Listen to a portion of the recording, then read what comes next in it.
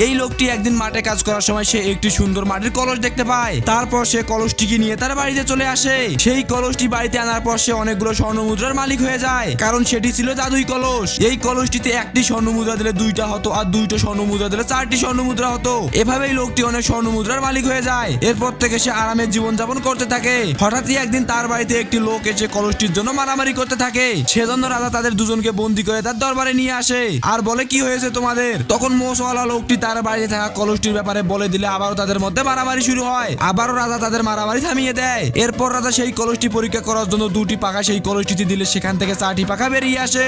এমন কাহিনী দেখে রাজা অনেক অবাক হয় এবং কলসটির লোভে পড়ে যায়। এরপর রাজা তাদের দুজনকে বন্দী করে ফেলে। তারপর রাজা কিছু স্বর্ণমুদ্রা আনার জন্য ভিতরে গেলে একটি বৃদ্ধ লোক এসে কলসটি দেখতে শুরু করলে সে কলসটির ভিতরে ঢুকে যায়। এরপর রাজা এসে লোকটিকে কলস থেকে বের করে, কিন্তু কিছুক্ষণ পর আবারও সেখান থেকে একটি একই রকম লোক বেরিয়ে আসে। তারপর সেখান থেকে একে একে একই রকম লোক বেরিয়ে আসতে শুরু করে। বন্ধুরা, এই সুন্দর ছবি লাইক ও সাবস্ক্রাইব করে দিও।